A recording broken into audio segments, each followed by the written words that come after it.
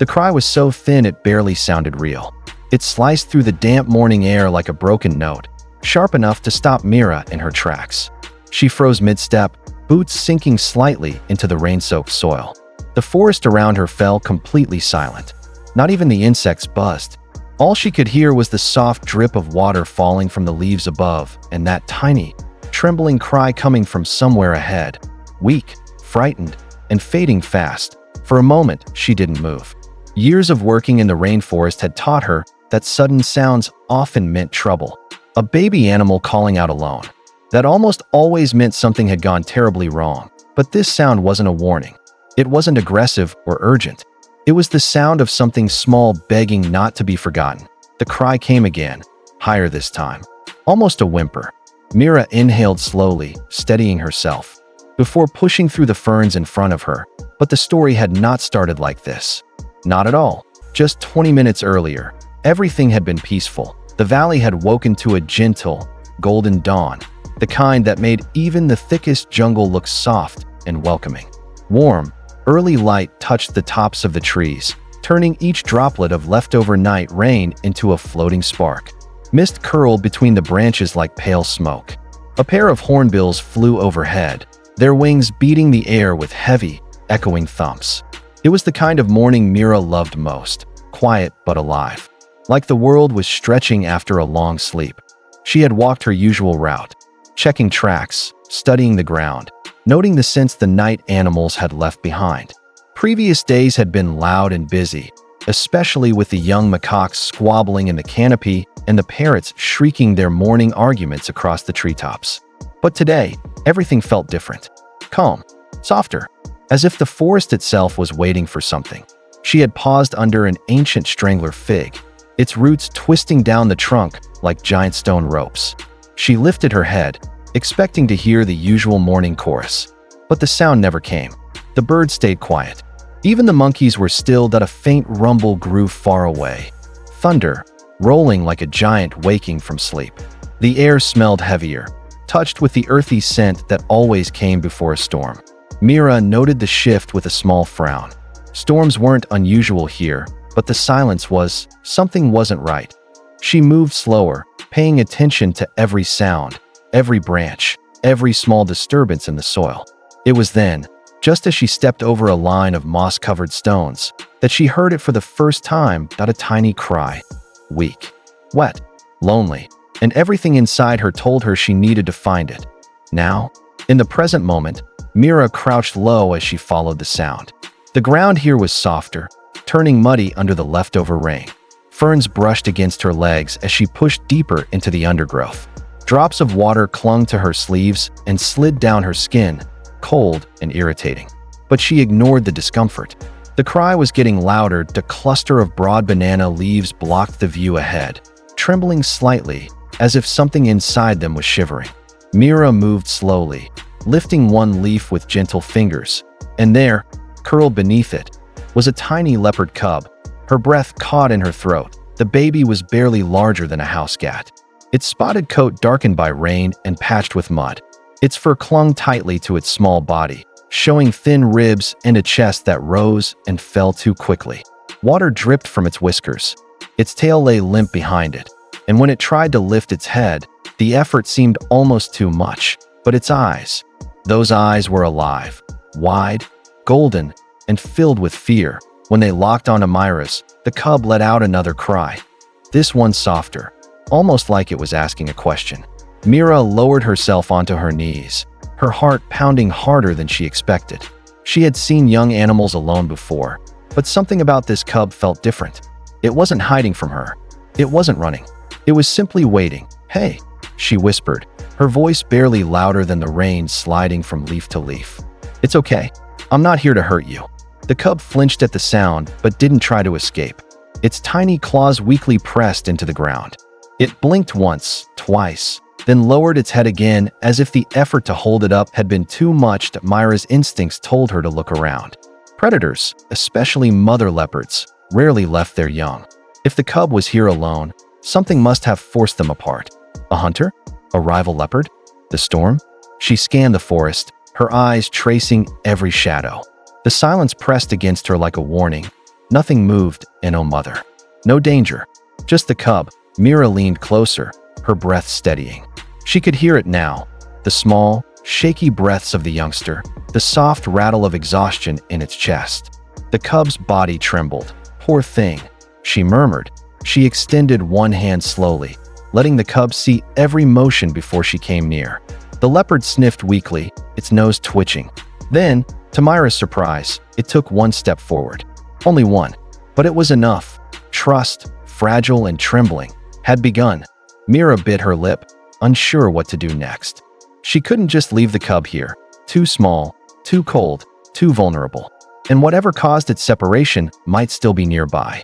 The storm rumbling in the distance was growing closer, shaking the ground with deeper growls. Everything in the jungle seemed to be warning her that time was running out. But she also knew that touching a wild cub was a delicate, dangerous decision.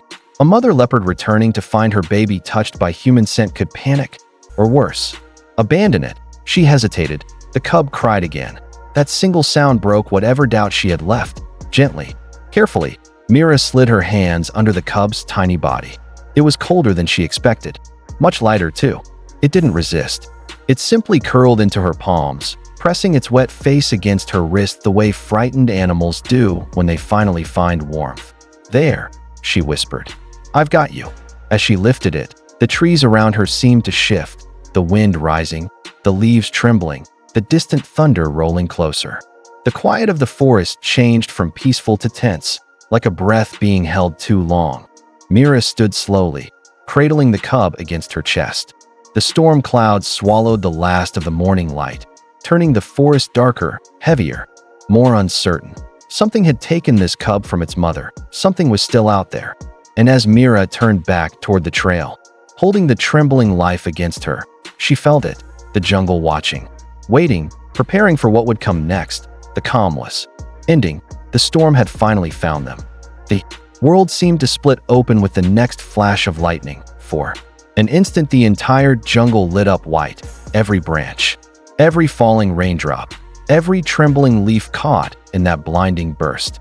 Mira staggered under the weight of the storm, clutching the leopard cub against her chest as wind ripped through the trees like a furious animal. The cub dug its tiny claws into her shirt, crying out in fear.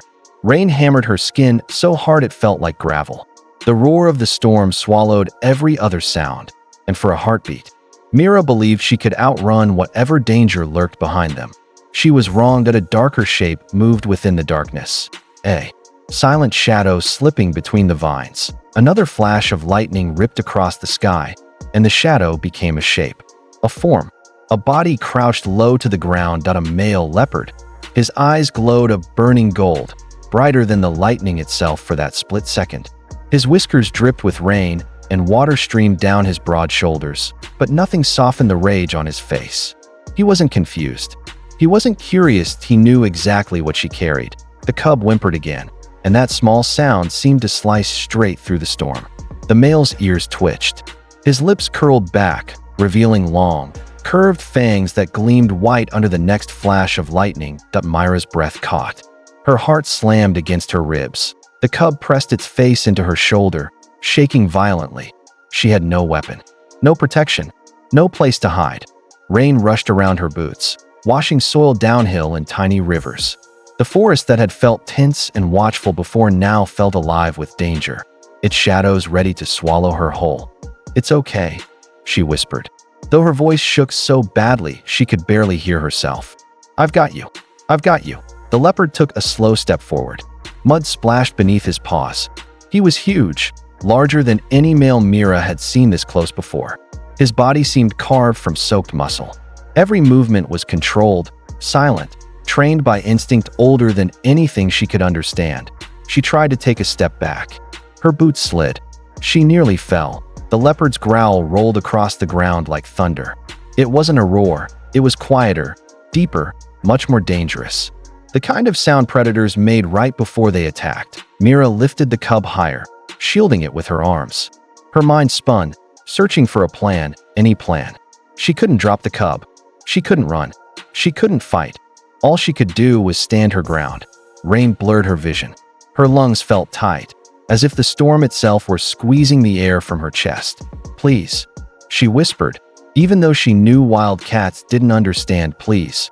But maybe, she hoped, they understood intent. The leopard stepped closer. Close enough now that she could see the scars along his cheek. Close enough that she could smell the wild musk under his rain-soaked fur.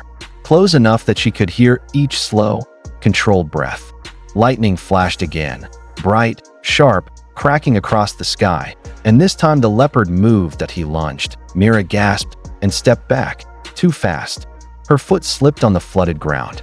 The world tilted sideways. Then, a roar shook the forest so violently that Mira felt it in her bones. Something crashed through the bushes to her right, a mass of dark, powerful muscle barreling forward with impossible speed. Leaves exploded into the air. Branches snapped. The very ground trembled. A silverback gorilla, huge, soaked, furious, he planted himself between Mira and the leopard as if he had been waiting for this fight his entire life. His dark fur glistened with rain, and water poured off his shoulders like he was part of the storm itself. He puffed out his chest, nostrils flaring, eyes blazing. The leopard skidded to a halt, thrown off by the sudden appearance of such an enormous rival. His claws dug into the ground. His tail lashed behind him. His growl became a snarl. The gorilla answered with a sound so deep it didn't even feel like noise. It felt like vibration. The trees shook. Birds hidden high in the canopy burst into flight. Mira stumbled backward, clutching the cub so tightly she was afraid she might hurt it. The world was chaos now, lightning, roaring, thunder, rain, fear. The gorilla stepped forward, knuckles sinking into the mud, massive body rising like a mountain of rage. The leopard lowered his head, ears flat, muscles coiling, ready to strike. And in that moment, Mira realized something terrifying. If they fought, really fought, she could die between them. Her voice cracked as she shouted, "Stop!" Neither animal listened. The leopard lunged again, faster than any human could move. But the gorilla was ready. He slammed a fist into the ground with a force that sent water spraying in every direction. The shockwave alone made the leopard hesitate. But hesitation wasn't enough. The male lunged again, and the gorilla met him head-on. The silverback swung his arm, not to kill, but to push, to warn. The leopard dodged, snarling, furious at the challenge. Their bodies circled in the storm, one silent and calculating, the other massive and loud. The cub in Myra's arms panicked. It wriggled, claws snagging her shirt, twisting desperately. She tried to hold tighter, whispering comfort she couldn't even hear over the storm. "No, no, stay with me. Stay." But fear made the cub stronger than she expected. In one slippery movement, it kicked off her arm. Mira gasped. The cub fell. She lunged for it, but her fingers closed around empty air. The baby leopard hit the muddy ground with a soft splash and bolted into the storm. A spotted blur racing blindly into the darkness. "No!" Mira shouted, stumbling after it. A branch cracked behind her. The gorilla roared again. The leopard hissed. The storm screamed, but Mira couldn't look back. She ran forward, slipping, sliding, nearly falling as she pushed into the thick underbrush. Her breath tore out of her in sharp bursts. She couldn't lose the cub, not after everything. But the baby was too small, too fast, too desperate. Rain swallowed its tiny paw prints almost instantly. Mira spun in circles, chest heaving, hair plastered to her face. Thunder shook the ground. The forest had become a maze of shifting shadows and rushing water. "Where are you?"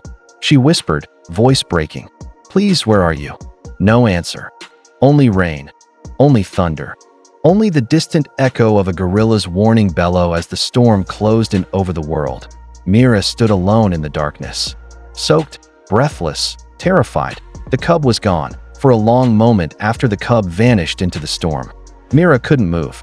The world around her had become a blur of rain and shaking shadows. Her breath came out in short, uneven bursts as she tried to listen, really listen, for any sign of the little leopard. But all she heard was the storm's fading growl and her own heartbeat pounding in her ears. Then, slowly, the rain eased, not all at once, but gently, like the sky itself was catching its breath after tearing open the world. The thunder rolled farther away. The wind softened. The jungle, once wild with noise and panic, began to settle into a quiet that felt fragile, almost shy. Mira wiped the water from her eyes and forced herself to focus. She couldn't panic. Not now. Not when a tiny life depended on her. She crouched low, scanning the ground. Mud washed downhill in dark streams, but here and there, between broken leaves and fallen twigs, she found them, small paw prints, barely visible, already melting away in the shifting mud. "Thank you," she whispered, not sure to whom. Maybe to the rain for slowing. Maybe to the cub for leaving a trail. Maybe to the forest for giving her one small chance. She followed the tracks carefully, one step at a time. The storm had left the jungle in ruins, branches torn down, vines ripped open, the air filled with the sharp smell of crushed plants. Every few minutes she paused, listening for the sound she had heard earlier, a thin, frightened mewling carried on the wind. There, faint but real. Her heart lifted. She pushed forward, ducking under low branches, stepping over fallen logs, moving with a speed shaped by fear and hope. Each time she lost the tracks, she found them again farther ahead, as though the cub was guiding her. Still, she knew how dangerous this moment was. A lost cub could draw anything: hyenas, pythons, even that male leopard again. The forest was awake now, its predators alert after the storm's chaos. And yet, when danger came, it wasn't in the form Mira expected. She heard it first, a low, steady rumble. Not thunder. This sound came from the earth itself, a deep vibration that felt almost like a warning. Her body stiffened. She gently parted a curtain of dripping leaves. Her breath caught that eye in a small clearing. Surrounded by broken foliage, sat the silverback gorilla. He was enormous even at rest. His dark fur matted with rain, his wide chest rising and falling with slow breaths. He sat like a wall of living muscle, unmoving, powerful, ancient, and curled small between his forearms, pressed close to the warmth of his body. Was the leopard cub. The cub shivered under his shadow, but it was safe, protected. The gorilla held no tension in his shoulders, no aggression in his posture. He simply guarded the tiny creature the way a gentle father guards a child. For a moment, Mira could only stare. The jungle seemed to hold its breath again, not in fear, but in awe. She took a slow step forward, her hands lifting slightly to show she meant no harm. The gorilla turned his head. His eyes, dark and deep as the river after rain, met hers. There was no anger there, only calm intelligence. A soft rumble escaped his throat, not a warning this time, but acknowledgement, like he understood why she was here, like he understood what this moment meant. Mira exhaled shakily. "Thank you," she whispered again, voice catching on the edge of tears. The cub lifted its head at the sound of her voice. Its small cry was weak, but it was alive. Mira almost collapsed with relief. She took one careful step closer. That a rustle of leaves behind her made her freeze. Every muscle in her body tensed, not from fear, but a deeper instinct, the kind that sensed something ancient and dangerous approaching. She slowly turned. Out of the shadows, moving with a limp but unmistakable power, stepped the mother leopard. Her spotted coat glistened with rain. Mud clung to her side where she had clearly been injured, by the storm, by a fall, or perhaps by the same male who had attacked Mira. Every step she took was slow, measured, edged with pain. But her eyes, those golden eyes, held only one thing: desperate, burning fear for her child. Mira did not move. She barely breathed. The mother paused, shoulder muscles trembling, gaze darting between Mira, the gorilla, and the tiny cub still curled under his protective arm. She let out a low, wavering growl, not a threat, but a question, a plea. The gorilla shifted slightly, but did not rise.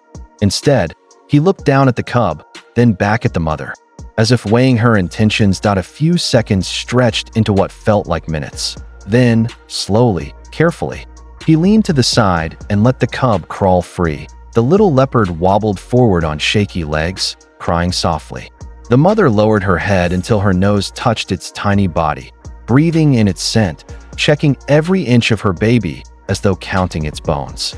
A small sound left her, a deep, quivering purr that held all the worry, fear, and love she had carried since losing it. Mira felt tears spill down her cheeks, mixing with the last drops of rain. The mother pulled the cub gently to her chest. nudging it under her belly for warmth and safety. Her injured leg shook, but she stood tall anyway, refusing to show weakness in front of the others. Only then did she lift her head and meet Myra's eyes. That it was brief, just a heartbeat, but full of something wild and ancient. Gratitude, maybe, or understanding, or the simple truth that both had fought the storm for the same small life. The gorilla slowly rose to his feet, towering over both leopards. But his posture remained gentle, peaceful. Without a sound, he stepped back into the shadows of the ferns, his enormous silhouette fading into the green as quietly as a dream dissolving at dawn. The mother leopard watched him go, then turned to guide her cub toward the safety of deeper brush. The cub stumbled once, but the mother steadied it with a careful touch of her tail. As they disappeared, Mira pressed a hand to her heart. The forest around her felt new again, soft, sacred, washed clean by rain, and something more powerful than the storm itself. She stepped into the clearing, looking up through the broken canopy. Above her, the clouds thinned. Light pushed through, slow, golden, warm, spilling across the forest floor like liquid sunlight. The trees glowed. The earth steamed. The last raindrops clung to leaves like tiny diamonds. Mira closed her eyes, letting the warmth settle over her, feeling the truth of what she had witnessed settle into her bones. In the wild, life was fragile, fierce, unfair, beautiful, and mercy did not belong to one species. It belonged to all who chose it. The camera of the world pulled back in her mind, up through the trees, over the wet canopy, over the great breathing jungle, until the tiny clearing became just one small mark in a vast, living world. A world where a human, a gorilla, and a wounded leopard mother had all fought for the same heartbeat. A world that, for one quiet sunrise, felt held together by compassion, and the forest whispered its ancient truth. Survival is not just strength. Sometimes it is kindness.